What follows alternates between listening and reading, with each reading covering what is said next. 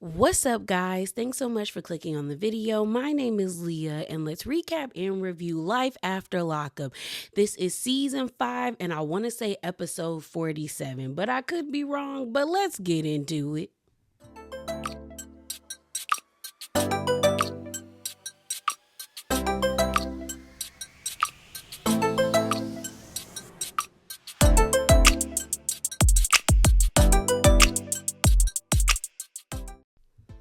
All right, y'all. So let's start off like the episode started off with Justine and Michael.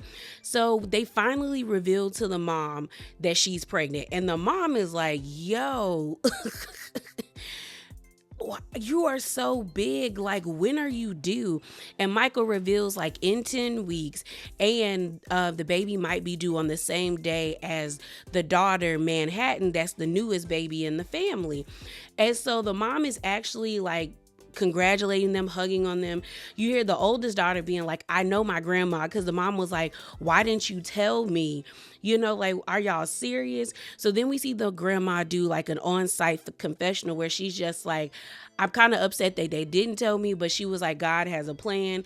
And I know that, like, my house burning down, there was a reason. I said, I don't know about that, but I'm glad you had somewhere else to go, Michael's mom.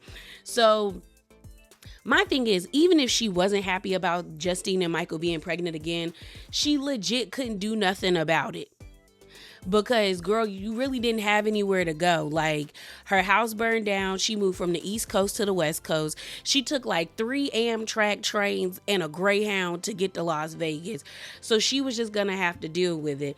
Justine does an on-site confessional where she pretty much says that she is happy that Michael's mom's reaction was very positive, but she also feels like she know her mother-in-law for her work. She knows at any moment she can basically kind of like switch up her behavior and her mood and just be upset with the situation.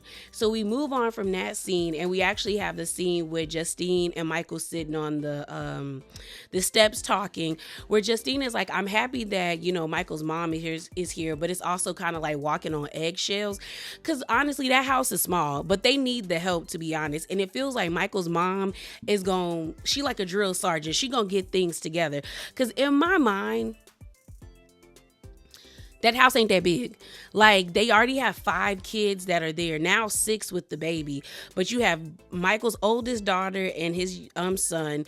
Then you have Justine and her 2 boys, and now they have the baby that they share. That's 5 kids. Then now you have 3 adults. That's 8 people in a house that looks to be like maybe like a 3 or 4 bedroom house, and it has like 3.5 baths. I was like, where is grandma gonna sleep? Where's the grandmother gonna sleep, y'all? Like, I was like, this is crazy. But she basically tells Michael, if you see me hiding in the bedroom, that's why I'm there.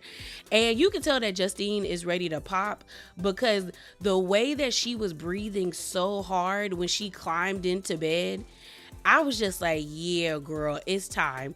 And you end up hearing the grandmother walking around their room being like, I'm gonna need to fold that. We gonna need to fold this, wash this.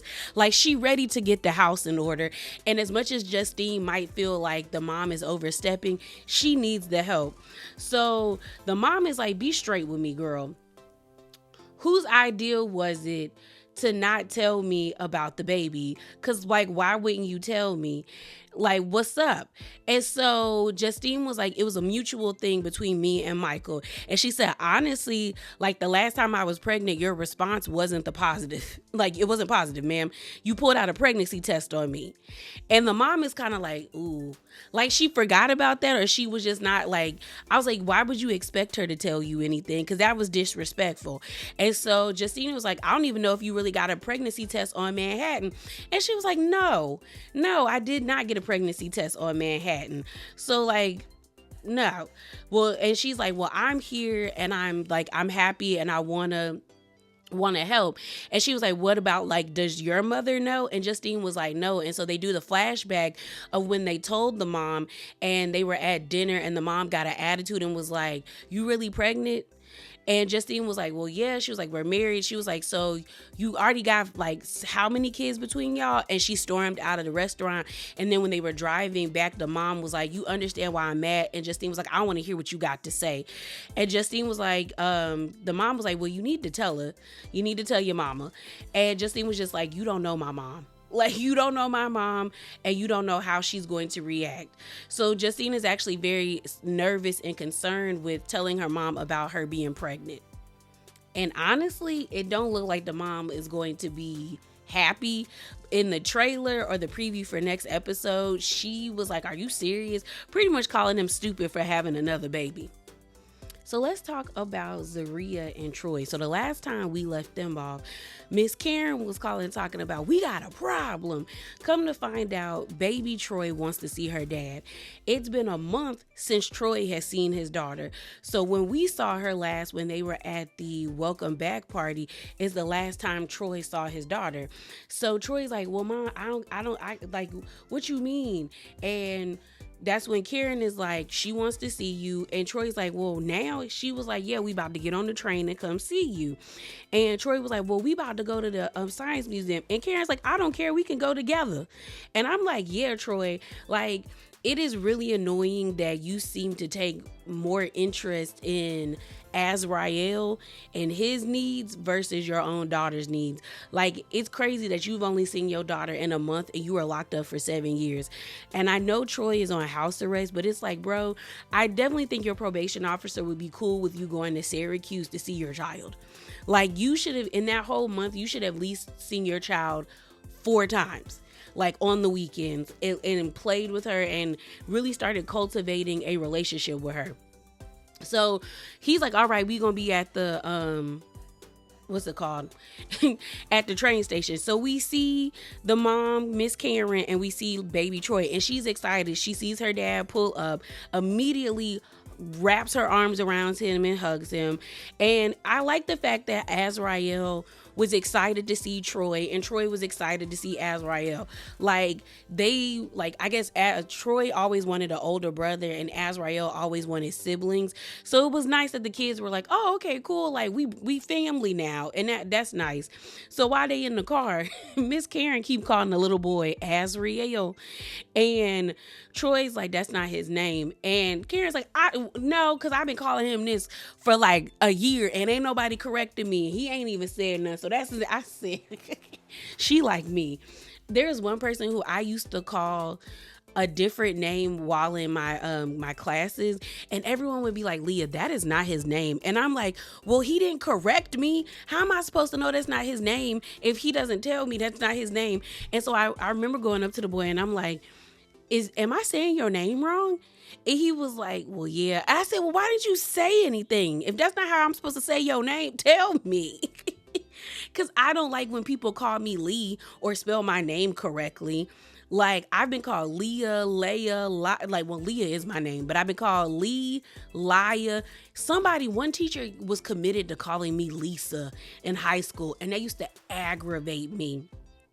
So I was like, Miss Karen, the boy's name is, Azrael, not Azrael, the cat off of the Smurfs, ma'am. No.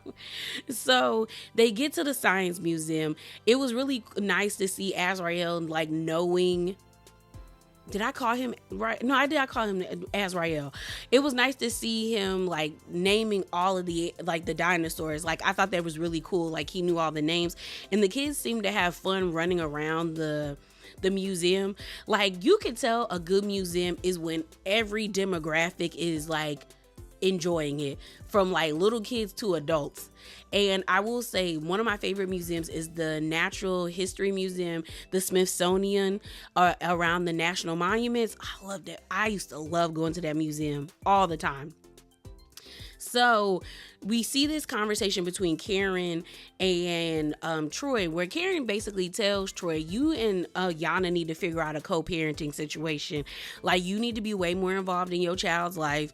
And Karen was like, she told Yana she was like, I told Yana that you, her, and Zia need to sit down and communicate and figure out how y'all about to do this.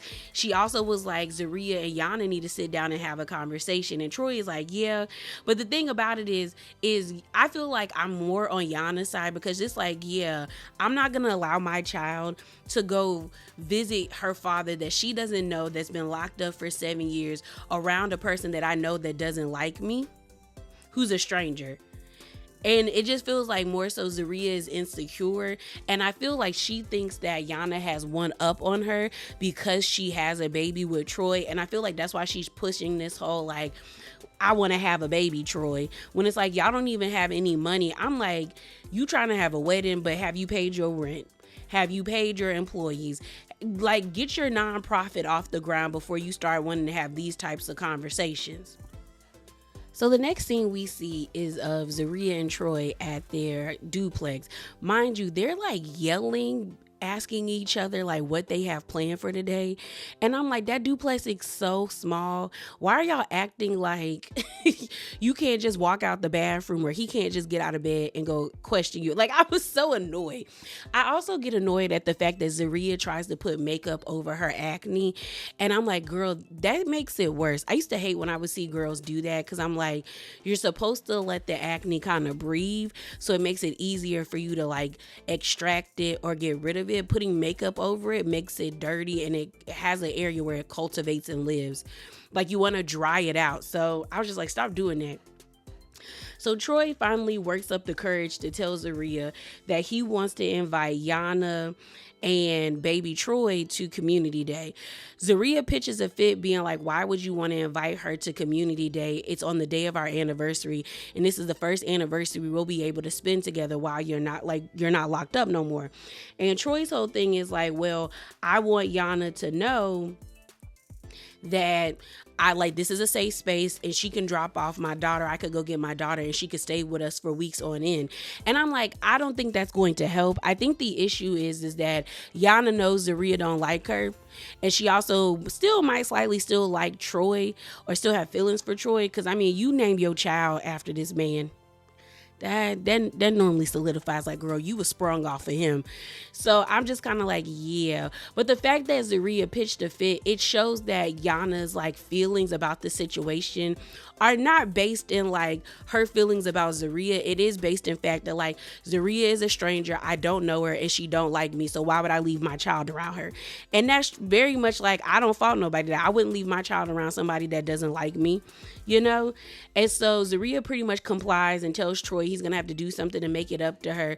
But I'm just like, girl, it's not that deep. Because then she goes into the bedroom talking about, I don't want him to be all up in Yana's face and all of this and all of that. And I'm just like, girl, why did you marry him? Why did you marry somebody that has a child and not think that you were going to have to create some type of relationship with that person for them to be okay with you being around their children? Like, you're stupid. And so Troy is just like, okay, thanks for giving me the green light. So we actually see him call Yana, and she pretty much agrees to come visit. So next, let's talk about Melissa and Louie. So they're in the car on their way to meet up with their parents. And Melissa is excited. Like, she wants to show them the engagement ring and everything. And Louie's like, just, don't go in there guns a-blazing. You know how my mama feel about you. She don't really like you. So let's ease her into this. But Louie ultimately wants to be with Melissa, because he was like, the only person's happiness that should matters is me and Melissa's. So while they are still on their way there, we actually see the dad, Melissa's dad, and Louie's mom. I don't know what's up with Melissa's dad, but he not looking the best. And hopefully he's doing better nowadays. But like, Louie's mom was like, how you doing? And he was like, I'm hanging on by a thread. I said, why would you say that? He said, look at me, I'm skin and bones. And she said, well, I'm fat. And I said, well, girl. So we see them come upstairs. It looks like they're eating at like a seafood restaurant, and they hug on their parents and all of that stuff.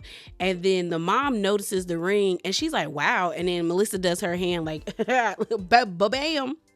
Look at my ring. And she's like, well, that's a nice ring. And the dad says, it's a lovely rock. And she was like, can I put it on? So then the mom puts it on and was like, ooh, it looked better on my hand. And Louie and Melissa are in their joint confessional, like expecting more of a reaction from their parents. She was like, it's very much giving, like, we just said, hey, we ordering pizza, not like, hey, I'm engaged. And so then the mom is like, well, congratulations. I'm not very happy that you're about to take my son away from me again. And Louis like, Mom, what do you mean? She's not taking me away from you. Like, why would you say that? Melissa's dad is like, he's just smiling like, this is a mess. Like looking at his daughter like, you really want to marry her? So then Melissa is like, can I talk to you? Or the mom is like, can I talk to you? And she ends up telling, Louis' mom ends up telling Melissa that the reason why she doesn't like her is Melissa reminds her of her.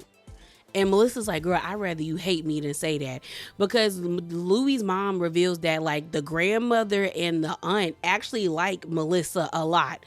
And the mom just feels like if Louis hits rock bottom or falls short from Melissa's expectations, she's gonna discard him, and she doesn't want her son to be hurt. And I can understand where the mom is coming from, but as much as Melissa nags and gripes about Louis, the fact that she was this desperate to get back together with somebody that she had a relationship, well, not even a relationship, a crush on when she was in high school, she not letting that man go because she feels like Louis is ultimately the biggest prize. Okay. And Louis is actually, I don't know why, but he really adores Melissa and actually really likes her. So I think that they might actually work out and have a positive outcome. We see the dad telling Louis, like, don't hurt my daughter, protect her and keep her safe. Keep her safe. So then Louis gets up and goes to the balcony where Melissa and the mom were talking and was like, what y'all talking about? And the mom was like, nothing. We good over here. So then Melissa sits back down with the dad and the dad is like, girl, you really want to do this? You sure? And Louis basically tells his mom like, girl, you got to let me go. You got to let me go, sis. And the mom is like, why do I have to let you go? Like, why do I have to let you go? And she was like, I'm always going to worry about you. And we see their joint confessional together where the mom is like, I've been worrying about you since you were a child and you haven't really made it any better. And Louis actually takes ownership that the reason that his mom worries so much is like, she's seen me at death's door multiple times. So how can I really like tell her to let go, but she gotta let go. And the mom ends up getting emotional. Louis is like, my mom's an emotional roller coaster. And she is. She says on her on-site confessional that if she breaks Louis' heart, that if Melissa breaks Louis' heart, she coming after her with fists. I said, okay, lady. So let's talk about annoying ass Bianca and Daniel. So it's the morning. He's complaining about his back. He's now been working as a mover. We see Bianca burn eggs because she didn't put no butter or no oil or Pam in the pan. So now the eggs are stuck to the pan. We see Daniel doing his yoga, trying to untwist his back. He lets her know that his friend Connor, aka Gator, that he met in prison, wants to meet up for a double date with his fiance. And Daniel's like, hey, do you want to go? Bianca's like, sure. Then Bianca lets Daniel know that her friend, I think it's Kylie, is coming. And Daniel's like, when? And she was like, tomorrow. And he's like, why are you just telling me this now? She was like, well, is it a problem? He was like, not really, but why didn't you tell me? So then we also find out that Bianca wants to take Daniel to an intimacy coach, a sex therapist. And I'm like, y'all don't need sex therapy. Y'all need actual like therapy, and it needs to be separate, and you need to go on a regular basis. Okay. But he's down to go. He talking about he don't know where the clit is and it's spaghetti down there. I said, what? What?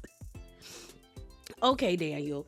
So we actually see them go to the intimacy coach, and they're expecting her to teach them all these types of moves.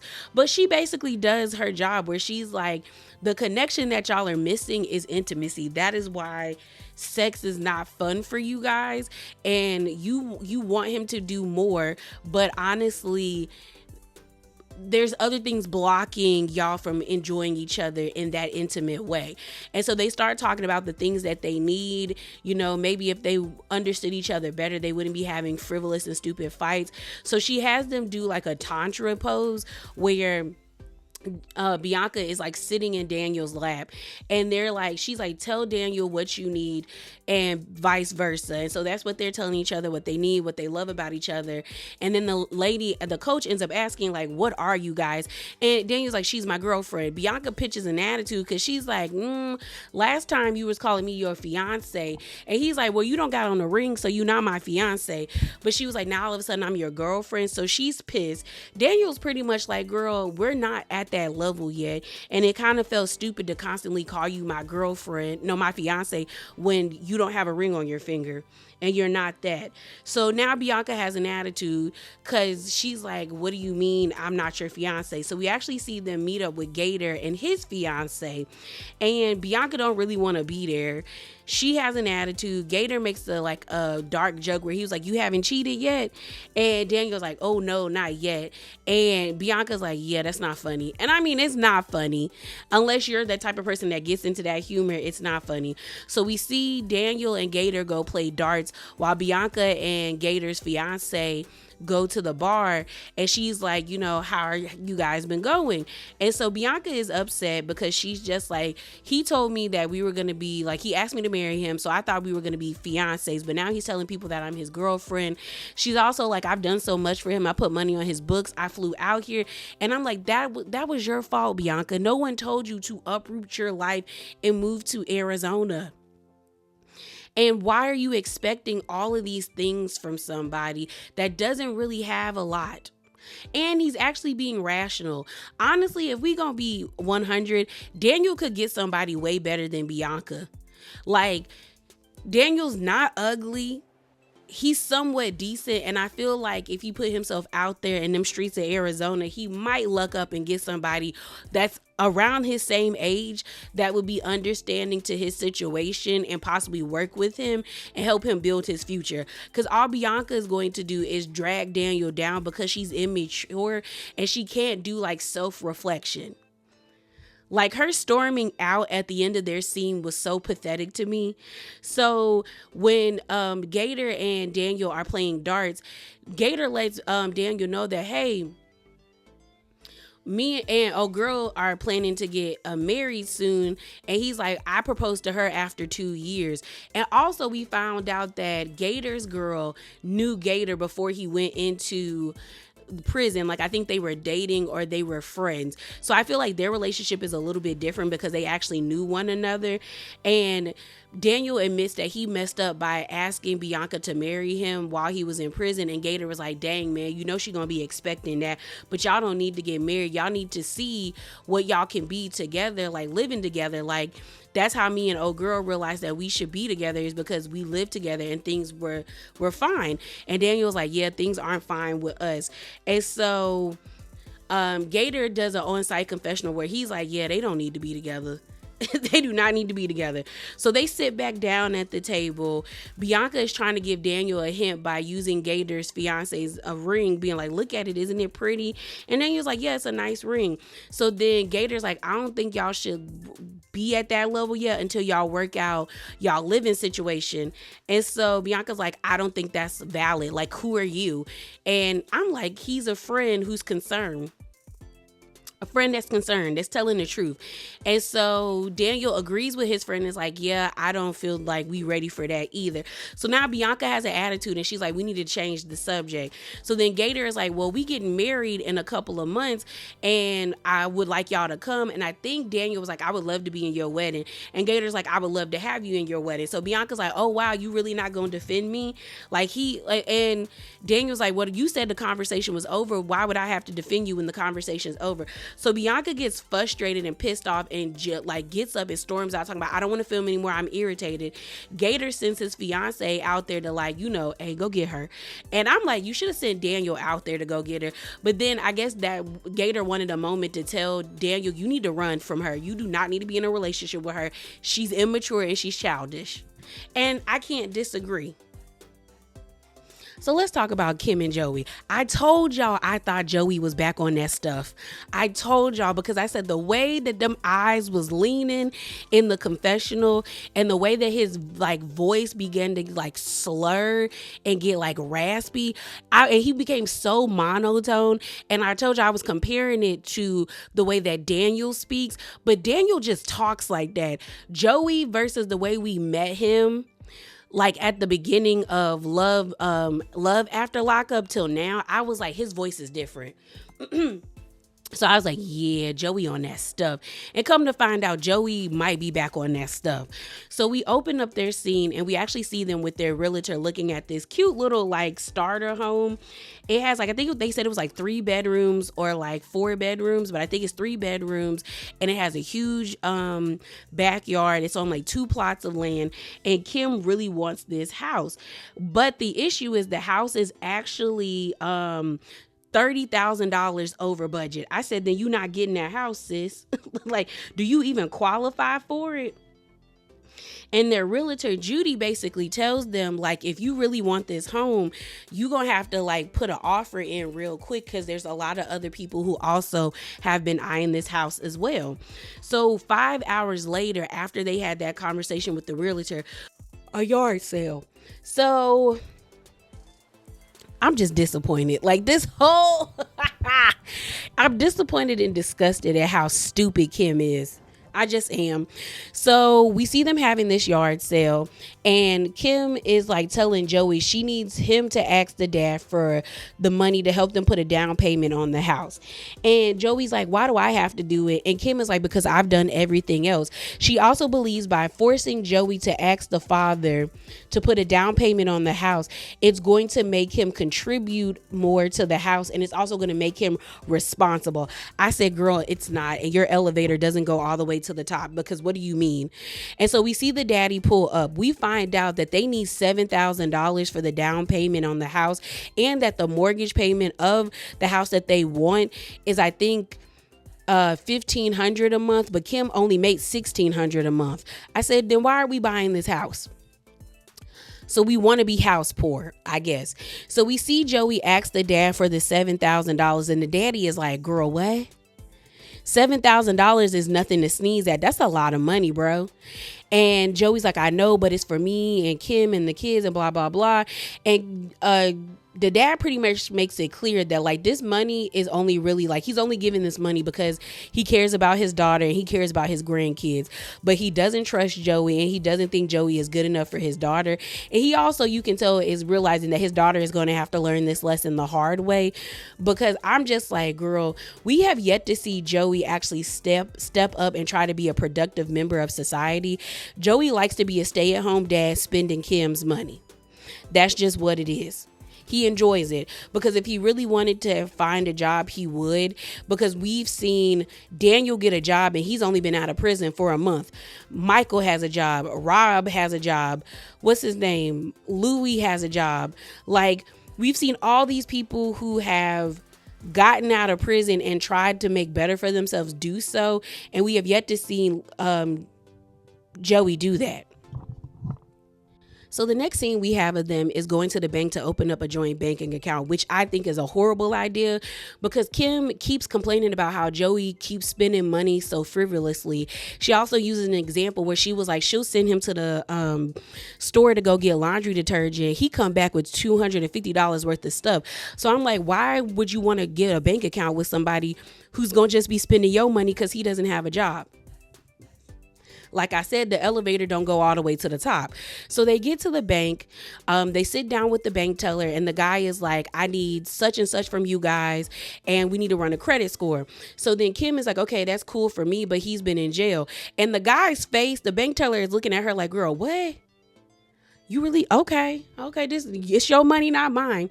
So Joey is kind of acting weird and Kim is like, are you okay? Like, are you all right? Like, you kind of acting funny, like you good? And he's like, no, I'm fine. So then the guy is like, well, if you pull out your phones, we can put the bank app on your phone and we can finish the process that way. So Joey's like, crap, I don't got my phone, so let me go get my phone. So he runs out to the car to go get his phone. While he's going to get his phone, Kim asks the bank teller, is there a limit that I can put on the account? And the guy was like, not really. The account limit right now is $2,000. But he was like, we could put a bunch of alerts on your phone so you can know how much money is taken out at each time. And she was like, okay, cool, that's fine. So when Joey comes back and sits down, he's like, oh, I couldn't find my phone. And she's looking at him like, things have been different. Like, Joey has been talking about how he can't find his phone, how, you know, he's leaving his phone everywhere, and that's normally not like him. So she's like, she feels like something is up. So they finish the process, they get their cards to the joint bank account, and they get back in the car. When they get back in the car, Kim is like, you said you didn't know where your phone is, but it's right there. So I guess he had it mounted, and he was like, well, I couldn't find it at the time. And I said, ooh, girl, that's a bad sign, sis, a bad sign. So Joey ends up driving them to like another car store where you can buy like a sound system for your car. And Kim is like, why are we here? And when I tell you Joey looking high as hell, and Joey is just like, I just want to look. I'm not going to buy anything. And Kim was like, the last time you said you wanted to look, you bought rims. So what do you mean? And he's like, I just want to look. And Kim is just like, we just opened up joint bank accounts, and now you about to make like a stupid decision by buying a new sound system. So then she gets pissed, and she's like, you know what? I'm ready to go. So she walks out of the store, and Joey's like, why you acting this way? And Kim's like, take me home because you pissing me off. And Joey ends up handing her the keys and was like, take yourself home. And she's like, are you serious? And he's like, yeah, take yourself home. So Kim grabs the keys from him, gets into the car. Joey starts walking like down away from the store. And Kim is just like, Joey, get in the car. And he's like, leave me alone, Kim. I'm not getting in the car. So he's on the phone calling somebody named Naheem, who he used to be friends with. And so Kim like drives past him, and she's like, Joey, are you serious? Get in the car. And Joey's like, ugh, okay. So he gets in the car, and she's like, what's wrong with you? He was like, he was like, I needed a minute to myself. You need a minute to yourself. Like, just leave me alone right now. And she was like, who are you on the phone calling? And he was like, I was calling Naheem to pick me up. So they get back to the house. We see Joey's mom was the one that was babysitting the kids while they were at the bank. And Joey immediately just goes and lays down in the bed. And he's like, I'm tired. I'm just tired. So then the mom is like, something's up with that. And Kim is like, something's up with that. So she was like, can we go outside for a minute and talk?